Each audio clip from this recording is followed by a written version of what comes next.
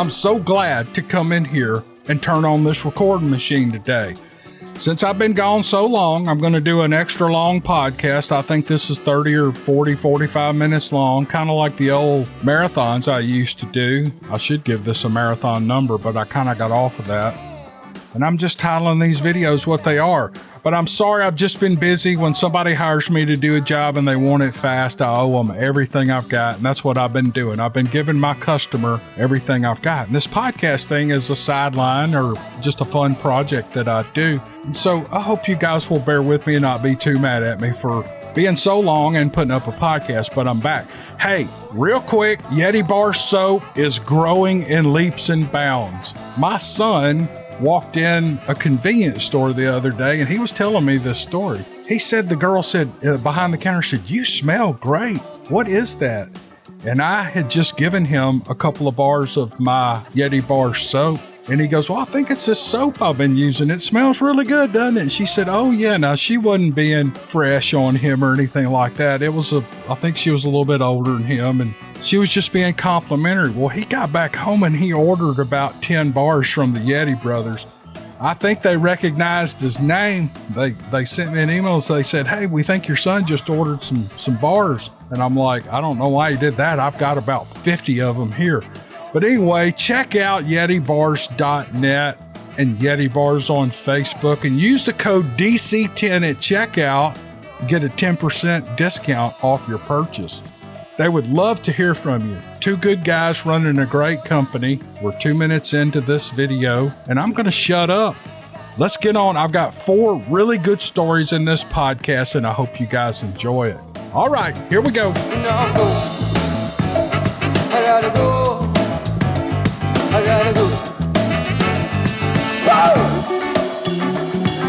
Here's an email from, he wants to not reveal his name. That's no problem.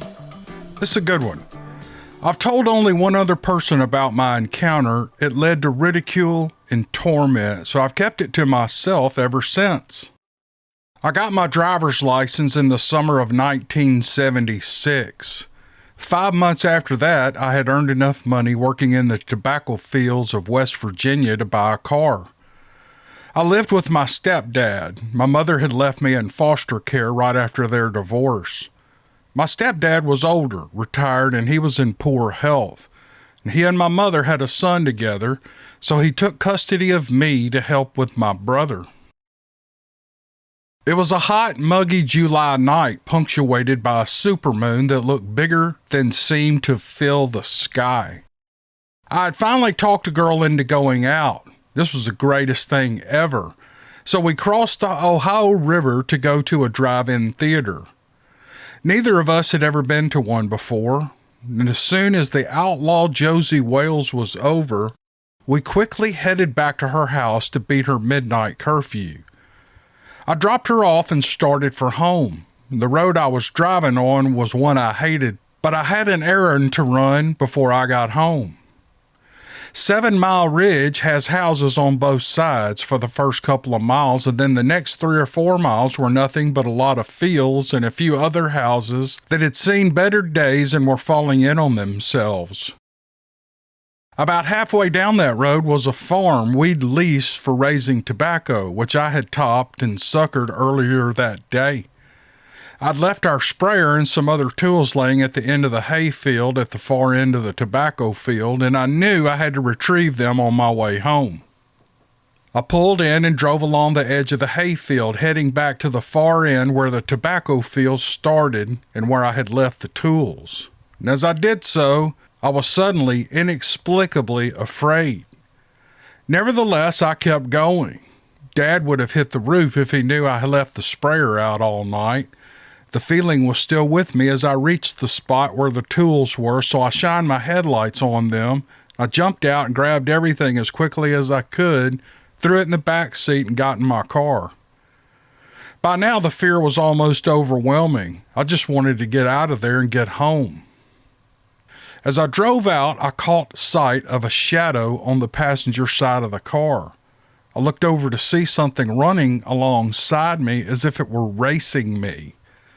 1,000 thoughts were running through my mind when it darted ahead of me and into the headlights. I knew what I was seeing. Its waist was higher than the hood of my car. It was covered in long black hair and its head was conical shaped with absolutely no neck. The muscles on its body flexed and rippled as it ran. My window was partially down and I could smell a putrid mix of wet dog and rotted roadkill as it permeated my car. I knew if this thing chose to reach through my window and pull me out, there would be nothing I could do to stop it. Terror mixed with dread as we reached the end of the hayfield together. I made a hard right turn onto the gravel, rooster-tailed rocks behind me as I did. I didn't look back to see if it was following me. I was 15 minutes from home, but I made it in 6. When I got there, I was still in the grip of panic and trying hard to calm my fear. I couldn't get past the thought of having to go back to that field and cut tobacco at the end of the summer. I did not want to imagine what would happen if I ever encountered that thing again. Unfortunately, by the time summer ended, I had figured out a way to get out of cutting that field. Until that night, I had always enjoyed hunting deer, squirrels, and rabbits and other game. I had dug ginseng in the fall and spent a great deal of time in the woods. After that night, I found it nearly impossible to go into the woods ever. I've never seen another one, but that one was enough. Eventually, the one person I talked to about it had his own encounter, and he apologized for not believing me.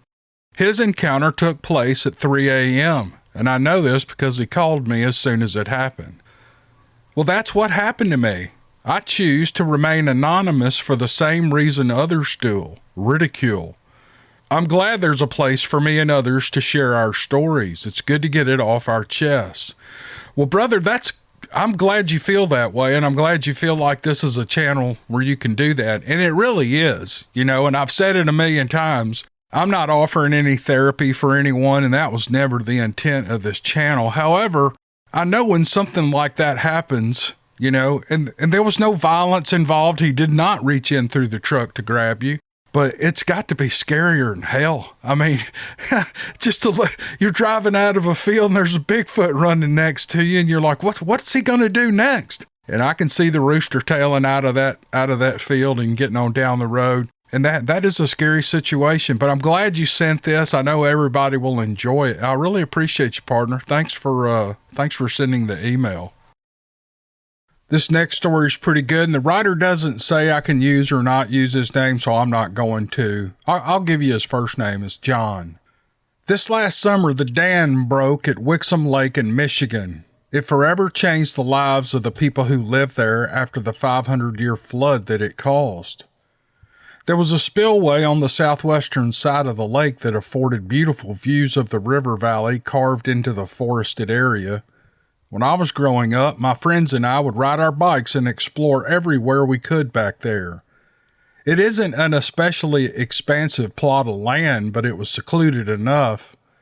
And it connects to a large piece of state-owned land by where I currently live. One summer night in 2009, just after dark, a friend and I decided to take a hike down a 2-track that led behind the spillway. We walked the long trail that is surrounded by woods down to the pond, and then up the steep hill to the spillway, where we sat and watched the lake for a while. The occasional boat and the small, steady spill of water down the pond were the only noises we could hear. It was a beautiful night, but eventually we knew we had better head back to the car. We chatted normally as we walked through the dark.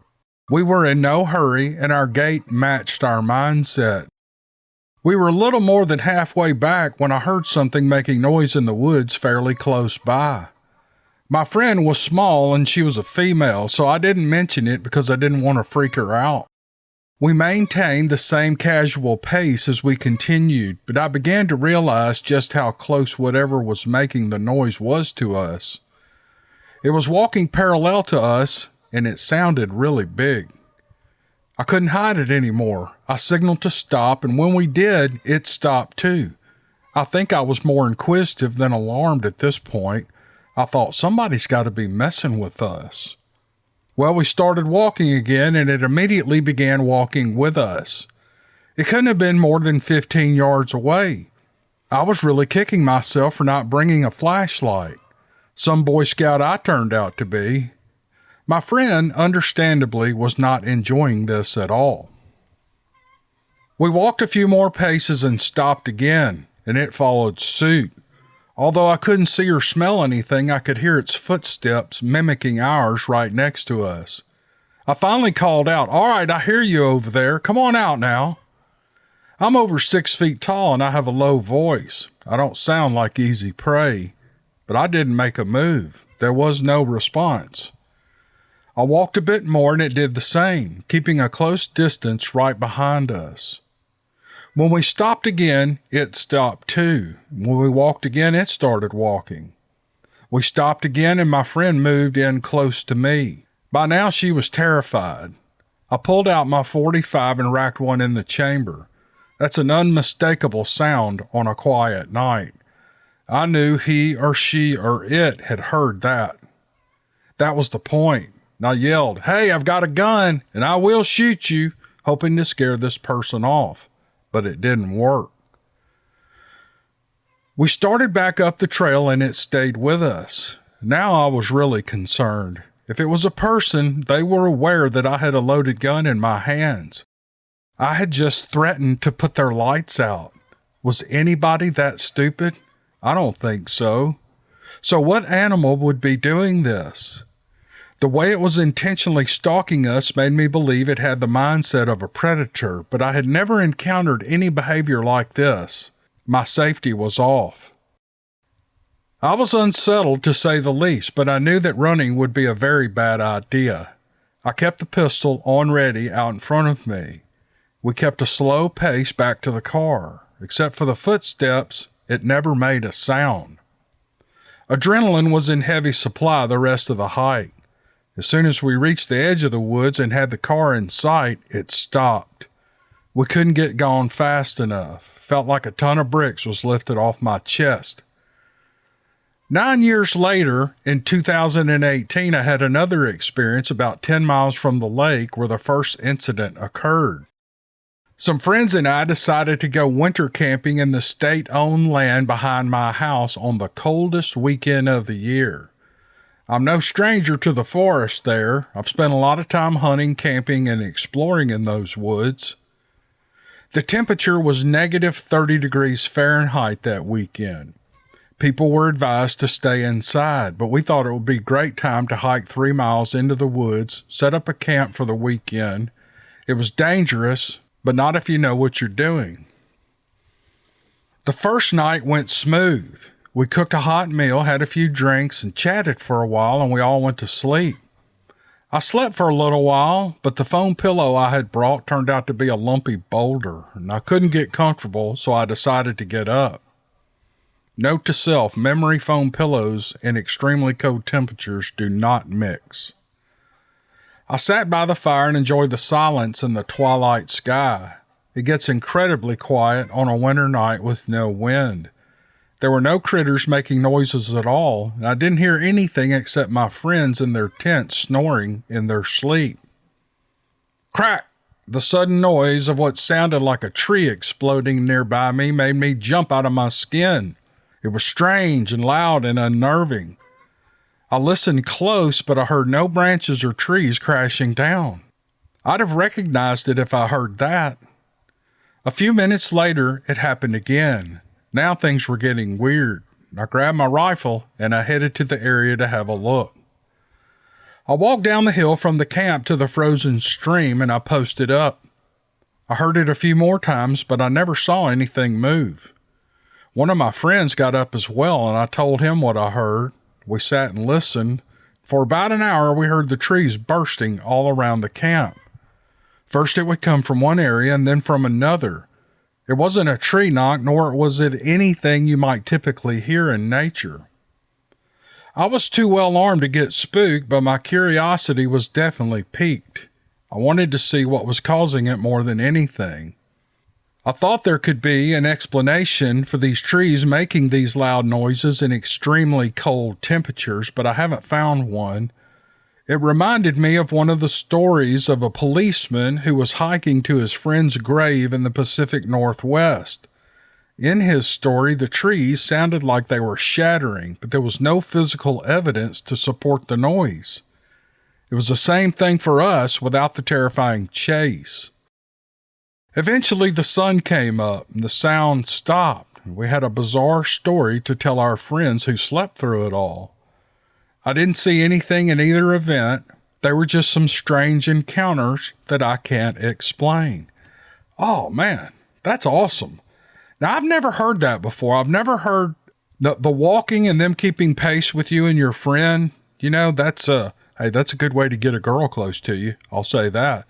You know, if you're young and into that kind of thing, like young people are. But I've never heard of something moving around the camp and cracking branches or tree trunks or whatever. That's really interesting. I'm so glad he sent this. And if anybody else has had any episodes or something similar to this, comment below. But this was great. This is a great story. Really well written, John. And I appreciate you sending it. Thanks, buddy.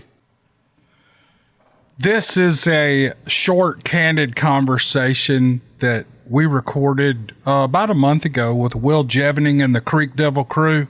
I wasn't going to include this in the series that I've been posting in the last few podcasts, as Will Jevening and I, Neoma Finn, and Tom discuss various topics on Bigfoot.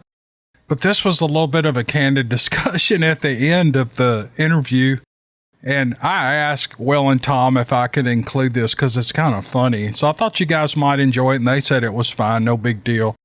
So hope you guys enjoy it. Then we'll jump right back into the stories, okay? We got 2 more stories after this. So I hope you guys enjoy this. Thanks.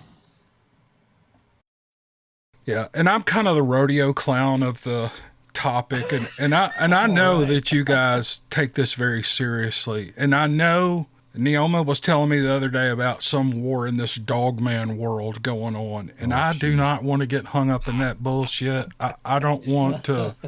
I want to avoid all these Bigfoot wars and channel wars. I will. Have we heard of anything like that? If I want to upset my audience, all I got to do is say, I think Dogman is crap. Boy, do I hear it. See, I'm a firm believer in Bigfoot. It's not even a believer. I'm a knower. I know Bigfoot exists. I cannot wrap my mind around Dogman. I just can't. Well, I've stood in front of 2 of these things in less than 20 feet. So I know they're real. Yeah. The Dogman thing, we talked to John, my anthropologist buddy, he is great. And he just comes, when we talked about it on one of the shows with him, and he talked about, it's biologically impossible. Now, there is, I think the type 3 Sasquatch is what people are seeing. They're misidentifying it. Yeah.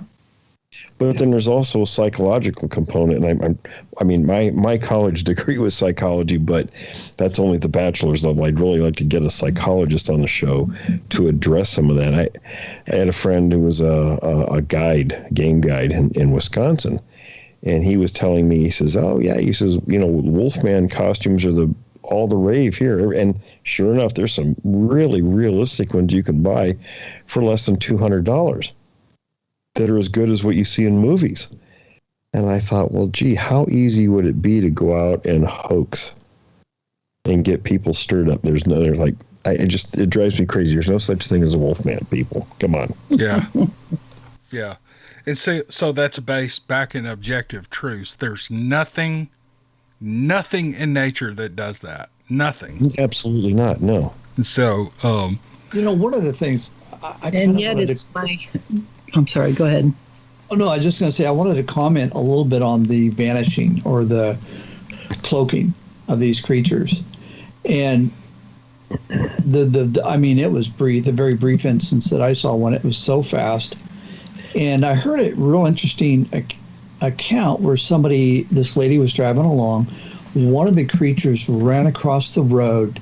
And as soon as it was at nighttime, it was in her headlights. And as soon as it got to the other side of the road on the shoulder, it vanished. Okay, interesting, freaky. So somebody went out the next day to take a look at the area where it ran right down here, went over there. When you when you go to the shoulder of the road, on the other side of the road, oh my gosh, there's a 9-foot ditch there. I wonder if that's how it vanished. Yeah. Yeah. I think there's lots of regular cheek. explanations for things like that. It's, and I don't know. Yeah. Well, I have to be honest with you. I can't wrap my mind around Dogman. I certainly can't wrap my mind around vanishing and cloaking and all of that. But the Dogman is actually fascinating to me, and I do study it a lot because of just the fascination. Doesn't necessarily mean I believe in it. But I really can't. I just can't make myself believe in portals and there's the mind speak stuff that drives me crazy. Me too. There was a guy named Jack Lapsaritis. He calls himself Kawani now, and he started that stuff way back. I remember Renee DeHinden. If you guys know who Renee DeHinden was, I was actually going to ask you about him. Renee was a friend of mine, and he would every time if I wanted to get Renee stirred up, and it was easy to get Renee stirred up, I'd mention something about Lapsaritis. He'd go off that goddamn Lapsaritis. or the saying he said about PhDs, it really cracked me. It always stuck me. He'd say, somebody told me they were a PhD, and I said, what's the prognosis? And they'd look at him quizzically, and he'd say, well, I thought they said they had incurable brain disease. Well,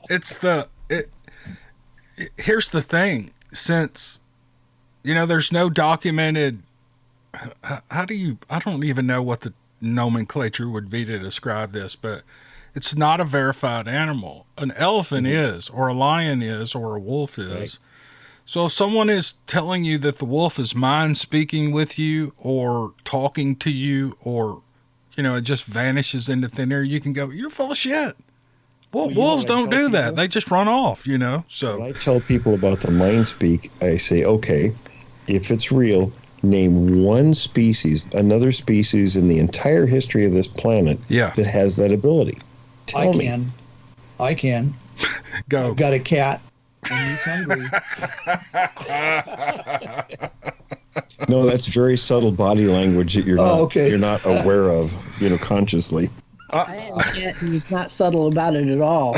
You're right. I can't identify that because my dog is dumb as a box of rocks. So it's anyway. Okay, fellas. Well, look.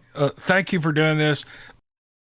Okay, this man wants to be anonymous, and Neoma, who reads through these for me before we narrate them, I haven't read this yet, so I'm gonna read it cold. But it says sheep squatch. I don't know what that means, but let's find out. That sounds interesting. Again, the writer is unnamed, but here's what he writes. In October of 2013, I was working third shift in southern Indiana. I live out in the country with my closest neighbors being around 5 miles down the road in either direction. Between us is nothing but dense woodlands, and behind us is more of the same. It was in the hundreds of wooded acres behind the house where I saw it. I was walking out to my car one night on my way to work at around 10 p.m. I remember it being a cloudy night with no moon or stars in sight, making it pitch dark out. We didn't have a security light because I love the night sky and those things create too much light pollution. Instead, I use a flashlight that illuminates roughly 6 to 8 feet in front of me. I was about halfway to my car when I noticed 2 bright red lights high up in a tree on the edge of the woods that bordered my backyard. I was thinking, oh, those are cool lights, but then I saw them blink. Those lights were eyes. Naturally, my next thought was, what in the world is that? And as I stood there contemplating the possibilities, I realized how silent everything was. I couldn't hear anything. Then I remembered a big brown owl I had seen over the summer. I had watched it fly through the woods and snatch a squirrel off a branch. This has got to be that owl, I thought. I stood there and watched it for a few minutes while it sat up there watching me. It turned its head a few times as if it were looking at something behind it, but then it would turn back and look at me again. I was congratulating myself on the good luck for having seen it when its eyes vanished. My brief disappointment was interrupted seconds later when I heard what sounded like a branch snapping. That was followed by a huge crashing sound and a colossal thud that I felt more than heard. Suddenly, it was like a freight train was hurtling through the woods at high speed. Shock held me motionless as my mind tried to wrap itself around what was happening. Somewhere in the back of my mind, something was telling me to get in my car now, and I snapped into action. I jumped in and shut the door against whatever was tearing through the trees, but by then I couldn't hear anything. It had run deeper into the woods. Then I thought, that's no owl. I actually said it out loud. I've never heard anything much like that noise. When it was running, it sounded like the trees in its path were snapping in two. The next morning when I got home, I noticed there were a lot of small broken trees in the area where I had seen the eyes. I didn't go searching for whatever had broken them, though. I figured it left me alone, and I'll leave it alone. I tried to tell different people about the incident, but they all acted like I was crazy. It's nice to be able to tell it now without judgment. Whatever that thing was, it was bigger than anything I know of around here. Not long after that, I moved to the day shift. One morning, I was out driving to work and I passed the creek I'd driven by 1,000 times before. It was 10 to 15 foot wide with banks at about 4 or 5 feet high. Although it always floods after a heavy rain, it was pretty close to dry on that day. I'd never seen anything in the creek bed outside of the rocks that were always there, but on this morning I saw something black in that creek. The closer I got to it, the more I realized just how massive it was. It looked like a gorilla I had seen once at the zoo, but this thing was a heck of a lot bigger. It took up about half the creek bed and it was taller than the creek banks, despite the fact that it looked like it was sitting. As I drove by it, trees blocked my view and I lost sight of it. I stopped and I turned around and I went back to get another glimpse, but it was gone. There were only the rocks that I had seen a few thousand times, and I knew we had black bears coming into our area, but they didn't get that big. I'd gotten a pretty good look at it before the trees got in the way, and the only analogy I could manage was a gorilla sitting with its back to me, large, solid, black, and hairy. 2 months later, on the interstate exit I take on my way home from work, I saw something chase a deer across both of the east and westbound lanes. This exit was about 5 miles from where I had seen the creature sitting in the creek. I was a quarter mile from the exit with a clear view of both lanes and the bridge that crossed over the interstate. I saw exactly where the deer came up out of the ditch and crossed the road, passing in front of a speed limit sign for the ramp on the other side. As the deer was passing the sign, something black followed, chasing it. It's going to catch it, I thought, seeing that it was running faster than the deer. The black thing crossed the interstate and then across my exit right in front of the speed limit sign. It all happened in a matter of seconds, but I got a clear view of the chase. They had both vanished into the woods by the time I reached the exit.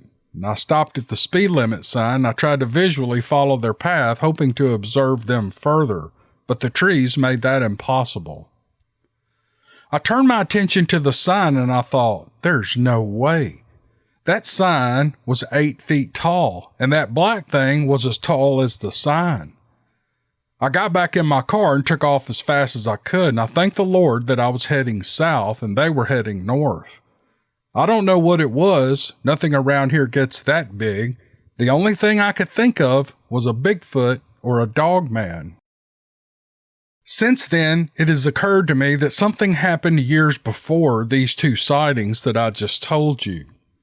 On a clear night, I was fishing with my kids on the Ohio River bank on the Indiana side. It was a beautiful, clear night with the moon shining down on the water. We were having a great time fishing. We heard something that sounded kind of like an elk calling out, but it wasn't quite an elk. I know some elks were released in Kentucky. However, I didn't think they were in the far north. When we heard another one, it was like they were calling back and forth to each other on the Kentucky side. We were thinking how cool it was until we heard one sound off deep in the woods behind us on the Indiana side. I thought that was weird, and I decided it was time to go. I didn't think much more about it until the following weekend when we went fishing on a small lake 20 miles north of the Ohio River in the Hoosier National Forest in Indiana. We just all got set up to fish, and when we heard the same sound come from across the lake, I knew they didn't have elk in that area. There was a big clearing across the lake that stretched from the bank to the trees about 50 yards, but I didn't see anything. Whatever was making that sound was in the woods. I got my kids out of there real quick. We've been back since that night. We've never heard or seen anything. There were stories across the river in Kentucky about something they called a sheep squatch. It's some kind of Bigfoot creature with horns. I looked it up and I found what some said it sounds like, and it sounded like what we heard on the river and again at the lake. And it makes me wonder just what could be out there. One thing is certain, I find comfort in knowing that I'm not the only one who has experienced this sort of things. It kind of just helps me typing it out. Well, that's cool, man. Now I know what the sheep squatch, I know what Neoma was talking about with the sheep squatch. I've never heard of the sheep squatch. It's like a Bigfoot with horns. Now that is a cool twist on the Bigfoot legend. That's awesome. But I really enjoyed this story, man. He really laid it out perfectly, and I was just sitting here reading it cold for the first time. I was captivated. So thank you for sending it in, sir. Let's see. I'm trying to remember. He wanted to be anonymous. I was about to say his name, but I really appreciate the email. Thanks, man. All right, this last story is pretty good. The writer's name is Jesse. He says it's okay to use his name. This is about a dog man or possibly a big cat. It's an unidentified animal. When I was a kid, we lived back in the Arkansas sticks. There were a lot of old abandoned properties scattered around the countryside. These properties always had dilapidated houses in various stages of decay and disrepair. These houses always had at least a few fruit trees around them. In the fall of 1963, the year I turned 14, one particular pear tree in one of those old house yards was loaded with sweet, juicy pears. One day, my dad happened to notice that tree, and not wanting to see the fruit go to waste, sent my sister and I to pick 2 100-pound burlap sacks full. We saddled up our old mare and we set out to complete our task. Okay, I think that's funny. Hey, I found a fruit tree. You kids get out there and get me 200 pounds of pears. My dad used to send me into the 7-Eleven when I was like 6 or 7 to buy him cigarettes. And there were several times that, I was a little bit of a smart aleck, but and I never did this, but there were several times I thought, get in there and get your own damn cigarettes. I don't want to go in there. But anyway, once again, I digress. Back to the story. We got there and we quickly devised a plan to complete our work as quickly and sufficiently as possible. I stood up on the mare's back and we picked pears and then dropped them down to my sister, who put them in the bags. It wasn't long before both bags were full and draped across the mare's back. My sister and I managed to climb on with the bags and arrange ourselves as comfortable as we could without smashing the pears, and we headed for home. We were passing by a creek bed when we saw something that I have never been able to reconcile or identify in all the 58 years since we saw it. It was some kind of animal that I have never seen before or since. It looked like a hyena. Specifically, it looked like the species of the hyena that live along the coast in Africa, and they feed on seal pups. I think they're called brown hyenas. It's the only animal that comes close to matching the thing standing in the creek bed and staring at us. What we saw was about 3 feet tall at the shoulders. Its hips sat a little lower than the shoulders, and it had a mane that ran from its head to halfway down its back. It was a brindle dark and a reddish brown with a wide head. It had a squirrel in its mouth. I've lived most of my life in the great outdoors. With only one exception, neither I nor anyone I know has seen any strange animals in these parts in all the years since that day. My sister and I stared at it for a while, and it stared back at us, and then we moved on. As for that one exception I mentioned, it happened to my dad. About 3 years earlier, after my sister and I saw the first animal, Daddy came barreling home on the old mare at a dead run. He went straight to the barn and he shut her up inside. Then he ran as fast as he could to the house, and he slammed the door, and he stood there shaking with fright as he told us about the brindle puma or jaguar that had followed him all the way home. Science says that these things don't exist, but my father believed what he saw so much that whenever my mother or the kids went out to milk or do chores, he stood guard over us. You can take this all with a grain of salt, but I'm not one to tell lies, and I think my dad's actions stand for themselves. These days, when I look back, I have decided that I would not camp like I used to unless I brought a gun big enough to knock one of these non-existent animals down. Arkansas has a fairly healthy population of wild hogs, an animal that can be just as dangerous as any jaguar, panther, or any other animal out there. If people don't want to believe in what I saw or what my dad saw, they should remember all the big hurricanes we had and all the little zoos and wild animal farms scattered around. Animals escape from those zoos, especially when bad weather hits. So anyone who thinks there isn't anything out there that can hurt them had better get that notion out of their head. I'm just glad I live close enough to the outdoors that I love to drive there and enjoy it and then sleep in my own safe bed at night. Oh man, Jesse, that's exactly the way I feel. I mean, I live out in the country. I live right in I was looking at a satellite map, and I've looked at it several times, but there's a huge, just north of me, there's this huge, vast expanse of woods where there is no civilization.